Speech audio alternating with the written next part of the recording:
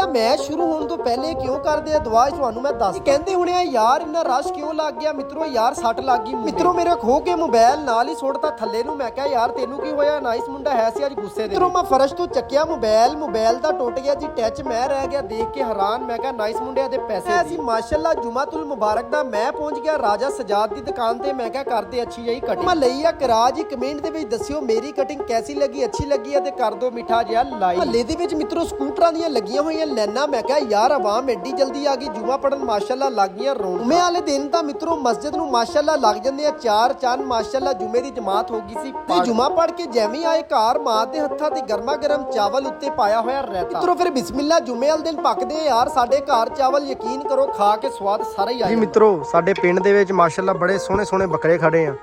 ਜਿਹੜੇ ਭਾਈ ਨੂੰ ਚਾਹੀਦਾ ਹੋਵੇ ਚਾਚੇ ਤੋਤੀ ਦੇ ਨਾਲ ਰਾਬਤਾ ਕਰ ਲਵੇ ਬੜੇ ਜਾਇਜ਼ ਰੇਟ ਦੇ ਨਾਲ ਬੱਕਰੇ ਮਾਸ਼ਾਅੱਲਾ ਤੁਹਾਨੂੰ ਲੱਭ ਜਾਣਗੇ ਮਿੱਤਰੋ ਮਾਸ਼ਾਅੱਲਾ ਚੱਲਦੀਆਂ ਪਈਆਂ ਸਬਜ਼ ਰਿਆਲੀ ਦੇ ਵਿੱਚ ਠੰਡੀਆਂ ਹਵਾਵਾਂ ਦਿਲ ਨੂੰ ਆ ਰਿਹਾ ਸਕੂਨ ਪਿੰਡ ਦੇ ਵਿੱਚ ਮਿੱਤਰੋ ਹਜੇ ਵੀ ਯਾਰ ਗੱਟੂ ਦੇ ਧਾਗਿਆਂ ਦੇ ਨਾਲ ਬਣਾਇਆ ਜਾਂਦੀਆਂ ਰੱਸੀਆਂ ਕਿਆ ਬਾਤ ਆ ਯਾਰ ਬੜੀ ਮਜ਼ਬੂਤ ਰੱਸੀ ਬਣੀ ਵਾਲੇ ਸਾਰੇ ਯੰਗਸਟਰ ਮੁੰਡੇ ਹੋਏ ਇਕੱਠੇ ਪਾਏ ਹੋਏ ਉਹਨਾਂ ਨੇ ਬੈਗ ਮੈਂ ਕਿਹਾ ਕਿੱਧਰ ਦੀਆਂ ਚੜਾਈਆਂ ਕਹਿੰਦੇ ਹੈਗਾ ਸਾਡਾ ਮੈਚ ਯਾਰ ਐਡੀ ਕਿਹੜੀ ਗੱਲ ਆ ਅਕਬ ਭਾਈ ਨੂੰ ਅਜ਼ੀਮ ਭਾਈ ਨੂੰ ਫੜਿਆ ਮੈਂ ਕਿਹਾ ਚਲੋ ਯਾਰ ਚੱਲੀਏ ਕਬੱਡੀ ਦੇ ਮੈਚ ਤੇ ਕਹਿੰਦਾ ਓਕੇ ਕਰ ਯਾਰ ਆਖਰ ਤੇ ਦੇਖਾਂ ਬੈਠਾ ਜੀ ਪੁਰਾਣੀਆਂ ਫਿਲਮਾਂ ਦਾ ਨਵਾਂ ਹੀਰੋ ਕਿਆ ਬਾਤ ਹੈ ਹੱਥ ਲਾ ਦੇਵੇ ਕੈਮਰੇ ਤੇ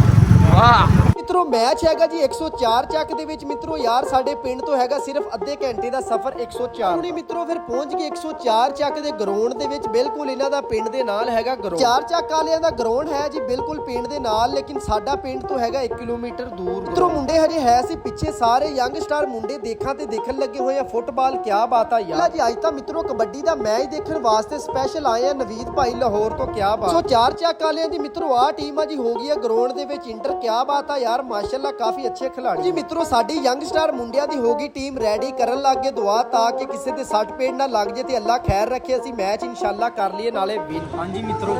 ਚੱਲੇ ਆ ਜੀ ਹੁਣ ਮਾਸ਼ਾਅੱਲਾ ਗਰਾਊਂਡ ਦੀ ਤਰਫ ਤੇ ਤੁਹਾਡੇ ਭਰਾ ਦੇ ਜੱਫੇ ਚੈੱਕ ਕਰਿਓ ਹੋਰ ਗੱਲਾਂ ਦੀਆਂ ਗੱਲਾਂ ਤੁਹਾਡੇ ਭਰਾ ਨੇ ਬੜੇ ਜੱਫੇ ਲਾਣੇ ਆ ਚੈੱਕ ਕਰਿਓ ਹੁਣੀ ਮਿੱਤਰੋ ਫਿਰ ਲਾਗੇ ਘੁੰਮਣ ਮੈਂ ਕਿਹਾ ਯਾਰ ਥੋੜਾ ਜਿਹਾ ਨੱਠ ਤੋੜ ਲਈਏ ਤਾਂ ਕਿ ਥੋੜਾ ਜਿਹਾ ਵਾਰਮ ਅਪ ਹੁਣੀ ਖੜ ਕੇ ਮਿੱਤਰੋ ਜੱਫਿਆਂ ਦੇ ਵਿੱਚ ਪਹਿਲੀ ਕਬੱਡੀ ਪੈ ਗਈ ਆ ਮੌਲਵੀ ਸਾਹਿਬ ਨੇ ਪਾਈ ਹੈ ਜੀ ਪਹਿਲੀ ਕਬੱਡੀ ਨਾਲ ਹੀ ਉਹਨੇ ਘੁਮਾ ਕੇ ਮਾਰਿਆ ਮੈਨੂੰ ਥੱਲੇ ਸਾਹਿਬ ਮਾਸ਼ਾਅੱਲਾ ਯਾਰ ਅੱਛੇ ਖਿਡਾਰੀ ਸੀ ਤੇ ਜਿੰਦ ਜਾਨ ਚ ਵੀ ਕਾਫੀ ਸੀ ਮੈਂ ਕਿਹਾ ਨਾ ਮੌਲਵੀ ਨਾ ਜੇ ਤੂੰ ਜਿੰਦ ਜਾਨ ਚ ਤੇ ਜਾਨ ਅਸੀਂ ਵੀ ਕੋਈ ਨਹੀਂ ਦੇਣਾ ਫਿਰ ਮੌਲਵੀ ਨੂੰ ਫੜ ਲਿਆ ਨਾਲ ਹੀ ਘੁਮਾ ਕੇ ਸੁੱਟਿਆ ਦਾਈਆਂ ਦੇ ਕੋਲ ਨਾਲ ਹੀ ਰੈਫਰੀ ਨੇ ਮਾਰਤੀ ਸੀਟੀ ਤੇ ਪਿੰਡ ਵਾਲੇ ਕਰਨ ਲੱਗੇ ਮੇਰੇ ਵਾਸਤੇ ਕਲੈਪ ਮਿੱਤਰੋ ਕਾਫੀ ਦੂਰੋਂ ਆਈ ਆ ਜੀ ਆਵਾਮ ਕਬੱਡੀ ਦਾ ਮੈਚ ਦੇਖਣ ਵਾਸਤੇ ਉਮਰ ਫਰੂਕ ਭਾਈ ਨੇ ਪਾਈ ਕਬੱਡੀ ਨਾਲ ਹੀ ਛੁੱਟਿਆ ਆ ਕਿਆ ਬਾਤ ਹੈ ਉਮਰ ਭਾਈ ਤਾਂ ਡੁੱਬਦਾ ਸੂਰਜ ਤਾਂ ਮੈਂ ਕਿਹਾ ਯਾਰ ਮਿੱਤਰਾਂ ਨੂੰ ਦਿਖਾਣਾ ਭਾਵੇਂ ਅਸੀਂ ਖੜੇ ਆ ਗਰਾਊਂਡ ਦੇ ਵਿੱਚ ਮਿੱਤਰੋ ਦੇਖੋ ਸ਼ਾਮ ਦਾ ਡੁੱਬਦਾ ਹੋ ਗਿਆ ਮਿੱਤਰੋ ਮਾਸ਼ਾਅੱਲਾ ਖਤਮ ਕਿਆ ਬਾਤ ਆ ਸਾਰੀ ਆਵਾਮ ਦੇਖਾਂ ਤੇ ਜਾਣ ਲੱਗ ਗਈ ਆਪਣੇ ਘਰ ਅੱਲਾ ਜੀ ਮੈਚ ਹੋ ਗਿਆ ਸਾਡਾ ਮੁਕੰਮਲ ਤੇ ਸਾਡੇ ਪਿੰਡ ਵਾਲਿਆਂ ਨੇ ਅਲਹਮਦੁਲਿਲਾ ਮੈਚ ਕਰ ਲਿਆ ਫਿਰ